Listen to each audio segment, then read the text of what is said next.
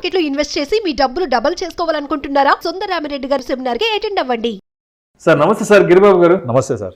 Sir Giribabu గారు, మొట్టమొదటిసారిగా mutual ఫండ్స్లో ఇన్వెస్ట్ చేద్దాము అనుకున్న వాళ్ళకి మీరేమైనా ఒక 5 పంచసూత్రాలు ఏమన్నా చెప్తారా? వెరీ గుడ్ క్వశ్చన్ అండి. ఇన్వెస్ట్మెంట్స్ గురించి ఆలోచిస్తున్నప్పుడు స్టాక్ మార్కెట్ అనేది అందరికీ గుర్తొచ్చే ఒక ముఖ్యమైన ఇన్వెస్ట్మెంట్ పథకం.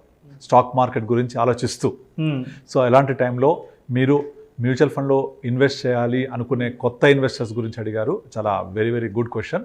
సో నేను మ్యూచువల్ ఫండ్స్ ఇన్వెస్ట్ చేసే వాళ్ళకు ఉండే అపోహలని నివృత్తి చేస్తూ ఎలా చేయాలి మనం డిస్కస్ చేద్దాం. నార్మల్గా నేను ఒక డేటా చెప్తాను మీకు. గత 23 సంవత్సరాలలో అంటే 2000 సంవత్సరం నుంచి ఇప్పటిదాకా తీసుకుంటే స్టాక్ మార్కెట్లో ఉన్న ఒక 100 కంపెనీలు అనుకోండి, లిస్టెడ్ కంపెనీస్.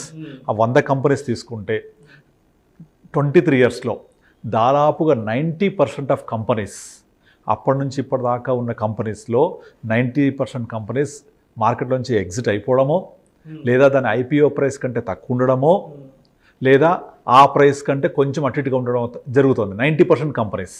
అంటే ఇప్పుడు క్రియేట్ అయిన సంపద అంతా కూడా కేవలం ఒక 10-15 సంస్థలు, కంపెనీస్ ద్వారా క్రియేట్ అయిన సంపదనే.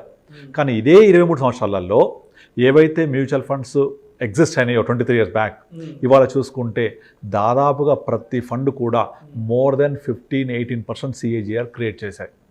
అంటే స్టాక్ మార్కెట్లో స్టాక్స్ చూసుకుంటేనేమో 90%, బట్ ఐపీఓ ప్రైస్ని దాటలేకపోయాయి. తర్వాత అప్పుడు ఉన్న కంపెనీస్ ఇప్పుడు లేకపోయి ఉండొచ్చు, వ్యానిష్ అయిపోయాయి. కేవలం 10% మాత్రమే ఇవాళకి కూడా మనుగడ సాగిస్తున్నాయి. అవి మల్టీఫోల్డ్ క్రియేట్ అయినాయి. అంటే selection of that 10% is very difficult. వేరే మ్యూచువల్ ఫండ్లో ఆ ప్రాబ్లం లేదు. మ్యూచువల్ ఫండ్లో దాదాపుగా ప్రతి ఫండ్ ఇవాళ తీసుకుంటే వర్స్ట్ పర్ఫార్మెన్స్ కూడా మోర్ దెన్ 15% ఉంది. మీకు తెలుసు కదా, 15% 15 ఇయర్స్ ఇన్వెస్ట్ చేస్తూ పోతే 15,000 SIP will create 1 crore. So direct investment versus mutual fund గురించి మాట్లాడితే నేను ఎగ్జాంపుల్ చెప్తాను అందరికీ. సో మ్యూచువల్ ఫండ్లో ఇన్వెస్ట్ చేసిన ప్రతి ఇన్వెస్టర్ 15% పైగా లాభం సంపాదించాడు ఇవాళ. కనుక స్టాక్ మార్కెట్ గురించి ఆలోచించిన డైరెక్ట్ ఒక్కసారి జంప్ అవ్వకుండా స్టార్ట్ విత్ మ్యూచువల్ ఫండ్. ఒక ఇన్వెస్ట్మెంట్ జర్నీ అనేది మ్యూచువల్ ఫండ్లో స్టార్ట్ చేస్తే చాలా హ్యాపీగా ఉంటుంది. మీ యొక్క ఇన్వెస్ట్మెంట్ జర్నీ హ్యాపీగా ఉండడమే కాదు, గోల్ని కూడా రీచ్ అవుతారు. సో కనుక ఇప్పుడు ఇలా ఇన్వెస్ట్మెంట్ చేయాలనుకునే వాళ్ళ కోసం ఫస్ట్ అండ్ ఫార్మోస్ట్ రూల్ ఏంటంటే, ఫాలోవర్స్ రూల్ ఏంటంటే, వాట్ ఈజ్ మై గోల్? నా గోల్ ఏంటి? ఎందుకు ఇన్వెస్ట్ చేస్తున్నా? అసలు ఎస్, మ్యూచువల్ ఫండ్స్ గొప్పతనం ఏంటంటే మీ గోల్ 1 డే కోసం అయితే కూడా there are funds, overnight funds ఉంటాయి. నేను ఒకరోజే పెడతాను అంటే ఒకరోజు మీరు అనుకోవచ్చు అది గోలా అని. కంపెనీస్ ఉంటాయి, పెద్ద పెద్ద కంపెనీస్, వాళ్ళ దగ్గర కొన్ని 100 కోట్లు ఉంటాయి. శాలరీస్ కోసం కొన్ని పక్కన పెడుతూ ఉంటారు. అవి శుక్రవారం వేసేస్తారు, సోమవారం తీసేస్తారు. ఓవర్ నైట్ ఫండ్స్ అంటారు. లిక్విడ్ ఫండ్స్ ఉంటాయి. ఇవి 2 days 3 days కోసమే, మ్యాక్సిమం 1 week, అంతకుమించి ఉండవు. అంటే అక్కడ నుంచి స్టార్ట్ చేసి నేను నా రిటైర్మెంట్ కోసం లేదా నా పిల్లలు నెక్స్ట్ జనరేషన్ కోసం ఇన్వెస్ట్ చేయడానికి అంటే కూడా, అంటే ఒకరోజు మొదలుకొని 100 సంవత్సరాల వరకు, అంటే అంత లాంగ్ టర్మ్ ఇన్వెస్ట్ చేయాలనుకునే వాళ్ళకు కూడా ఫండ్స్ అవైలబుల్ ఉంటాయి. ఇక్కడంతా ఏంటి, నేను ఎందుకోసం ఇన్వెస్ట్ చేస్తున్నా, నేను ఇవాళ ఇన్వెస్ట్ చేసేది దేనికోసం, ఏ గోల్ రీచ్ అవ్వడం కోసం అని ఆలోచన చేసుకొని మన గోల్ రీచ్ అవ్వడానికి ఏ ఫండ్స్ అయితే సూటబుల్ ఉంటాయి అనేది మనము అసెస్ చేసుకోవాలి. మనం చేయలేకపోతే we have to approach financial advisors, ఆర్థిక నిపుణులు, ఆర్థిక సలహాదారులని అడిగితే మన గోల్కి సూటబుల్ అయ్యే ఫండ్స్ వాళ్ళు చెప్తుంటారు. సో ఆ ప్రకారంగా ఇన్వెస్ట్ చేసుకోవాలి. అంతేగాని మామూలుగా నేను ఒక బెస్ట్ ఫండ్ ఇన్వెస్ట్ చేస్తాను, ఒక బెస్ట్ ఫండ్ చెప్పండి అంటే బెస్ట్ ఫండ్ ఎప్పుడూ ఉండదు, ఏది ఉండదు. ఒక సూటబుల్ ఫండే ఉంటుంది. మనం ఎదురు కూడా చెప్పినట్టు ఒక డ్రెస్ అనేది ఒక హీరో వేసుకుంటే ఆ హీరోకి సూటబుల్, అది మనకు సూటబులా కాదా అనేది మనం వేసుకుంటే కానీ తెలియదు. కనుక అతనికి బాగుందని మనం వేసుకుంటే ఇమిటేషన్ ఎప్పుడు కరెక్ట్ కాదని. కనుక మన గోల్ ఏంటి, నీడ్ ఏంటి, రిక్వైర్మెంట్ ఏంటి, దాని ప్రకారంగా మన యొక్క ఇన్వెస్ట్మెంట్ జర్నీ స్టార్ట్ అవ్వాలి. సో అప్పుడు మన ఇన్వెస్ట్మెంట్ జర్నీ స్టార్ట్ అయినప్పుడు ఈ మధ్యలో జరిగే ఒడిదుడుకులు ఎందుకు చెప్తున్నానంటే, స్టాక్ మార్కెట్ ప్రయాణం ఎప్పుడూ ఒడిదుడుకులే ఉంటాయి. ఎప్పుడు స్టాక్ మార్కెట్ స్మూత్గా వెళ్ళదు, ఈసీజీ లాగా వెళ్తూ ఉంటుంది. ఈసీజీ ఎలాగైతే గ్రాఫ్ అప్ అండ్ డౌన్ ఉంటే మనిషి బ్రతికున్నట్టో, స్ట్రైట్ లైన్ ఈసీజీస్ మనిషి లేనట్టే. కనుక అప్ అండ్ డౌన్ అనేది స్టాక్ మార్కెట్కి ఆత్మ లాంటిది. ఎంత వొలటాలిటీ ఉంటే అంత ఎక్కువ రిటర్న్స్ ఇస్తుంది. దీన్ని తట్టుకొని మనం ప్రయాణం చేయాలి అంటే గోల్ పెట్టుకొని ప్రయాణం చేయాలి. ఇప్పుడు మనము ఒక కార్లో వెళ్తున్నాం అనుకోండి, జర్నీ ఎప్పుడు కూడా స్మూత్ రోడ్ ఉండదు కదా, మధ్య మధ్యలో గతుకుల రోడ్లు ఉంటాయి, ఊర్లు వస్తూ ఉంటాయి, ఆగిపోతుంది, అవన్నీ అర్థం తెలుసు మనకు. అలాగే ప్రయాణం కూడా ఉంటుంది. కానీ గతుకుల రోడ్ అని ఆగిపోతాం మనం, మన జర్నీ గమ్యం చేరే వరకు ఆగదు కదా. అలా గమ్యం చేరడం కోసం మన యొక్క ఇన్వెస్ట్మెంట్ జర్నీ కూడా వెళ్ళాలి. కనుక goal is the first and foremost thing to decide wear to invest. ఇది ఫస్ట్ గోల్. దాని తర్వాత ఫండ్ సెలక్షన్. ఈ ఫండ్ సెలక్షన్ వచ్చేసి మళ్ళీ ఈ ఫండ్ సెలక్షన్ కూడా దాదాపుగా చాలామంది చెప్తుంటారు, మీరు స్మాల్ క్యాప్ ఫండ్ ఇన్వెస్ట్ చేయండి, ఇంకొక పలానా కంపెనీ స్మాల్ క్యాప్ పెట్టండి, పలానా కంపెనీ మిడ్ క్యాప్ పెట్టండి అని చెప్తుంటారు. అంటే ప్రతి ఒక్కళ్ళకు ఒకే మందు ఇచ్చినట్టు ఇది. సో ఒక డాక్టర్ దగ్గరికి ఒక 3-4 పేషెంట్ వెళ్ళి 3-4కి సిమిలర్ కైండ్ ఆఫ్ ప్రాబ్లం ఉన్నా సేమ్ మెడిసిన్స్ రాయడు కదా.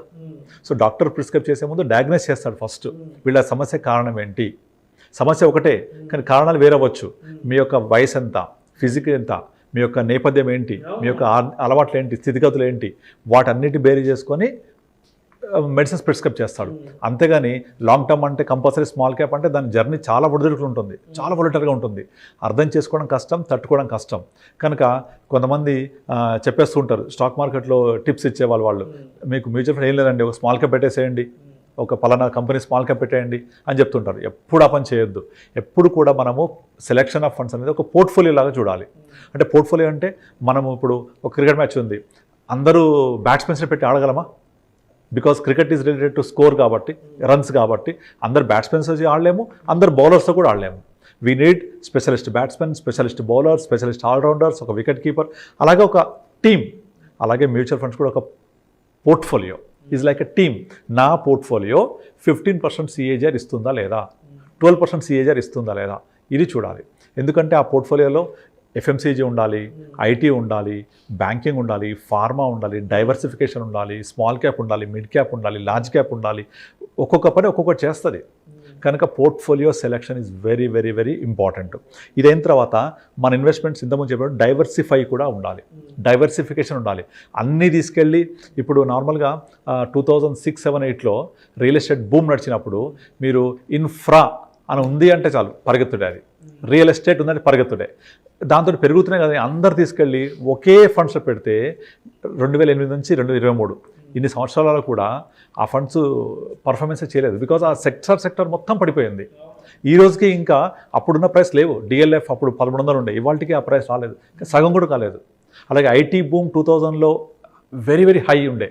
అంటే IT బూమ్ నడిచినప్పుడు ఇన్ఫోసిస్, విప్రో లాంటివి చాలా హై ప్రైస్ ఉన్నాయి. ఇవాళ అప్పుడు ఇన్వెస్ట్ చేసిన వాళ్ళు కనుక ఇవాళ చూస్తే వాళ్ళ రేట్ ఆఫ్ రిటర్న్ హార్డ్లీ 5-6% కూడా లేదు. అంటే ఎంట్రీ ఈజ్ ఇంపార్టెంట్, ఆ డైవర్సిఫికేషన్ ఇంపార్టెంట్. మీరు డైవర్సిఫికేషన్ చేసినప్పుడు ఏమవుతుందంటే మనం ఒక దగ్గర స్ట్రక్ అవ్వం, ఇరుక్కుపోం. ఒక సెక్టార్ పర్ఫామ్ చెప్తే ఇంకో సెక్టార్ పర్ఫామ్ చేస్తుంది. సో ఓవరాల్గా అగైన్ పోర్ట్ఫోలియో. సో ఇప్పుడు FMCG పర్ఫామ్ చేయట్లేదు, బ్యాంకింగ్ చేస్తాయి. బ్యాంకింగ్ చేయట్లేదు, IT చేస్తాయి. ఇప్పుడు ప్రజెంట్ IT ఫుల్ డౌన్లో ఉంది. ITలో కొంచెం ఇన్వెస్ట్ చేయాలి, FMCG కొంచెం ఇన్వెస్ట్ చేయాలి. డిఫెండింగ్ సెక్టార్ అది, value category, growth category, blend category ఉంటాయి, అంటే హైబ్రిడ్ ఫండ్స్ అని ఉంటాయి. ఇట్లా గ్రోత్, వాల్యూ ఈ కేటగిరీస్ చూసుకొని మనము నష్టభయం తట్టుకుంటూ ఎలా ఇన్వెస్ట్ చేయాలి అనేది మనం ప్లాన్ చేసుకొని డైవర్సిఫికేషన్ చేసుకోవాలి. తర్వాత ఫండ్ సెలెక్షన్లో కాంబినేషన్ ఉండాలి, పోర్ట్ఫోలియో ప్రిపేర్ చేసుకోవాలి. అవి చేసుకుంటూ మనం పెట్టిన ఇన్వెస్ట్మెంట్ ఇన్ఫ్లేషన్ని బీట్ చేస్తుందా లేదా, this is foremost rule. And inflation beat చేయకపోతే ఏ ఇన్వెస్ట్మెంట్ కూడా సరైనది కాదు. ఇప్పుడు కొంతమంది అమ్మో నాకు నష్టభయం వద్దు, నేను అన్ని తీసుకొని డెట్ ఫండ్లో పెట్టుకుంటా అంటారు. డెట్ ఫండ్ పెట్టుకుంటే అది బ్యాంక్ అంటే కొంచెం ఎక్కువ ఇస్తారు అంతే. Just bank plus FD plus kind of returns. FD plus kind of returns పెట్టుకొని నేను నా రిటైర్మెంట్ గోల్ వెళ్తా అంటే కరెక్ట్ కాదు, వర్కౌట్ కాదు. అలా అని చెప్పేసి నేను ఒక 6 months 1 year కోసం పెడతాను స్మాల్ క్యాప్లో పెట్టడం కరెక్ట్ కాదు.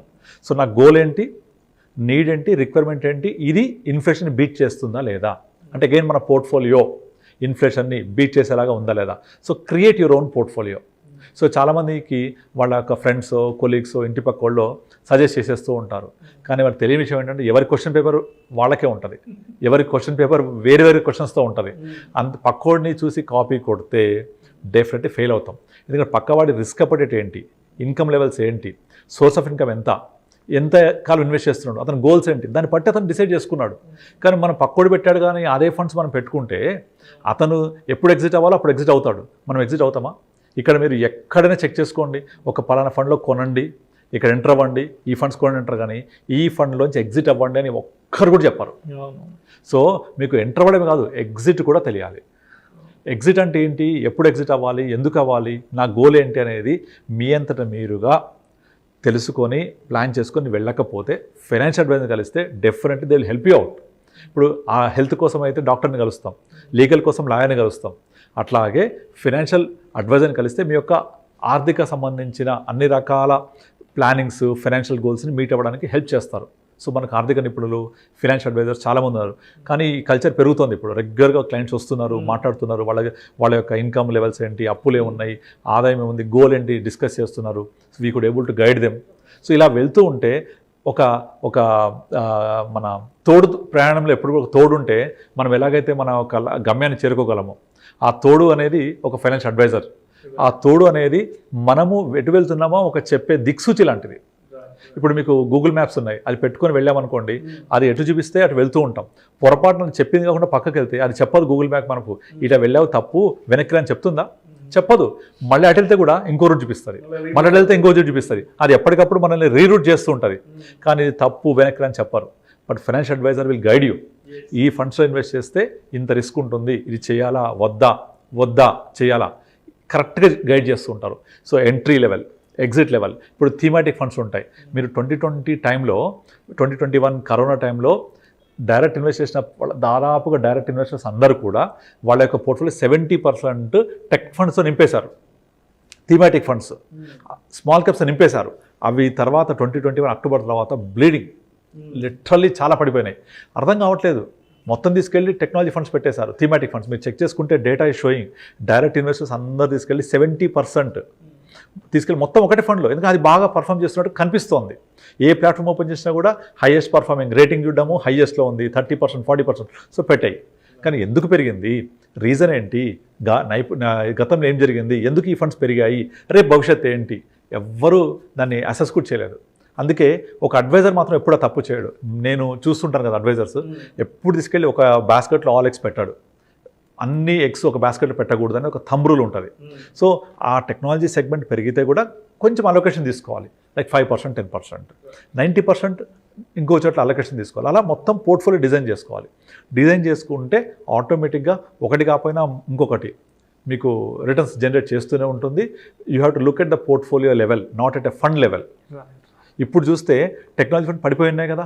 సో వాళ్ళందరూ మొత్తం ఒక దగ్గర పెట్టి లాస్ అయిపోయి ఇప్పుడు బాధపడుతున్నారు.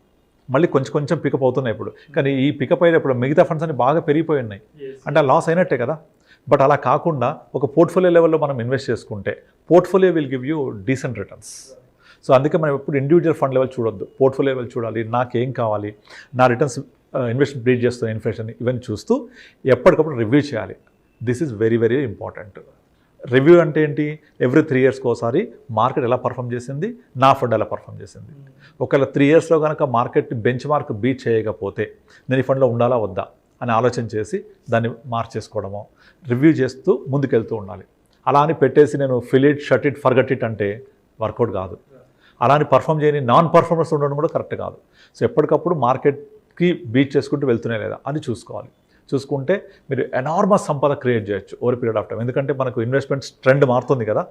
రాబోయే నెక్స్ట్ 10 yearsలో ఎవరైతే మ్యూచువల్ ఫండ్ ఇన్వెస్ట్ చేస్తారో వాళ్ళు ఒక మంచి బ్యూటిఫుల్ లైఫ్ లీడ్ చేయడానికి ఒక కావాల్సిన సంపద క్రియేట్ అవుతుంది. ఇప్పుడు మిస్ అయ్యారంటే మాత్రం మళ్ళీ ఇలాంటి ఆపర్చునిటీ దొరకదు. ఎందుకంటే ఆల్రెడీ మనము 15 years బ్యాక్ ఎకానమీ ఎక్కడుంది, ఇప్పుడు ఎక్కడుంది చూస్తూ ఉంటే ప్రొజెక్షన్స్ అన్ని ఇండియా వైపు చూపిస్తున్నాయి. India is going to the next big thing అని. ఆ నెక్స్ట్ బిగ్ థింగ్లో వెళ్ళాలి అంటే, ఇండియా గ్రోత్ స్టోరీలో పార్టిసిపేట్ చేయాలి అంటే just invest in mutual fund. Sit right, tight your seat belt and wake up in 2030 you will be there landed. So India growth స్టోరీలో participate చేయండి. అందరికీ నేను చేసే అప్పీల్ ఇదే, simply invest in mutual funds. Happy journey, investment journey కూడా సుఖమయంగా ఉంటుంది. Thank you sir. Thank you so much Giribabu garu. Thank you sir. First time mutual ఫండ్స్లో ఇన్వెస్ట్ చేసే వాళ్ళు ఎటువంటి జాగ్రత్తలు పాటించాలి, ఎటువంటి విషయాలను తెలుసుకొని ఇన్వెస్ట్మెంట్స్ జర్నీ అనేది స్టార్ట్ చేయాలి అనే అంశం గురించి చాలా క్రిస్టల్ క్లియర్గా తెలియజేస్తారు. Thank you so much sir. Thank you sir. ప్రేక్షకులకు విజ్ఞప్తి, ఈ వీడియోలో ప్రస్తావించబడిన అంశాలు కేవలం ప్రేక్షకులకు అవగాహన కొరకు, ఇన్ఫర్మేషన్ కొరకు, ఎడ్యుకేషన్ పర్పస్ కొరకు మాత్రమే వీటి గురించి ప్రస్తావించడమైనది. పెట్టుబడులు పెట్టే ముందు ఫినాన్స్ ప్రొఫెషనల్ని సంప్రదించి మాత్రమే తుది నిర్ణయం తీసుకోగలరని మా మనవి.